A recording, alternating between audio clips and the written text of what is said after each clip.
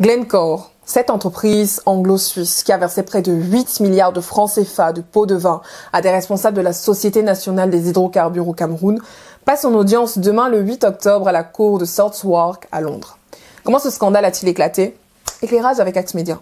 Il y a quelques années, Glencore, qui commercialise et extrait des matières premières, a fait l'objet d'enquêtes judiciaires dans plusieurs pays, dont le Royaume-Uni, le Brésil et les États-Unis. Le géant de l'exploitation minière a avoué avoir versé près de 100 millions de dollars de pots de vin entre 2007 et 2018 dans 8 pays, dont 6 en Afrique, notamment le Cameroun.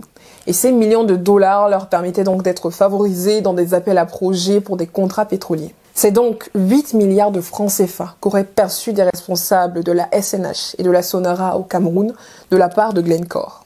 Un investissement rentable pour Glencore qui admet avoir tiré profit de plus de 39 milliards de francs CFA avec ses actes de corruption. Et donc pour obtenir les noms des personnes impliquées au sein de la SNH, l'entreprise affirme avoir saisi Glencore en mai 2022, puis en juin 2023, après la condamnation de l'entreprise en novembre 2022.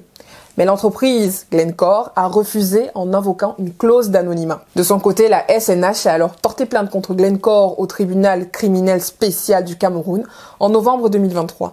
Mais elle reste toujours en attente d'une audition de cette autorité compétente afin de démasquer les prévenus qui sont impliqués dans cette affaire. Du côté de la Sonara, silence radio.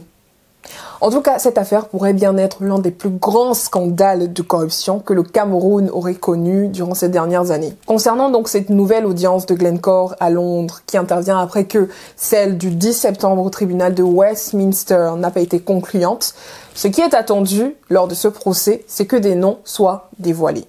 De nombreux membres de l'opposition politique et même de l'opinion publique reprochent au gouvernement et aux dirigeants de ces deux entreprises de vouloir couvrir l'affaire avec comme argument les aveux de Glencore 2 ans auparavant. Par ailleurs, Akere Mouna, l'avocat et homme politique camerounais, demande à la SNH et à la Sonara d'annuler leur contrat avec Glencore et appelle à convoquer l'entreprise pour obtenir des informations supplémentaires. Il souligne aussi que les enquêteurs tels que CONAC, ANIF, Police judiciaire, TCS peuvent facilement convoquer Glencore pour obtenir d'autres éléments pour avancer dans l'enquête. Pensez-vous que cette affaire puisse impacter l'avenir politique et économique du Cameroun?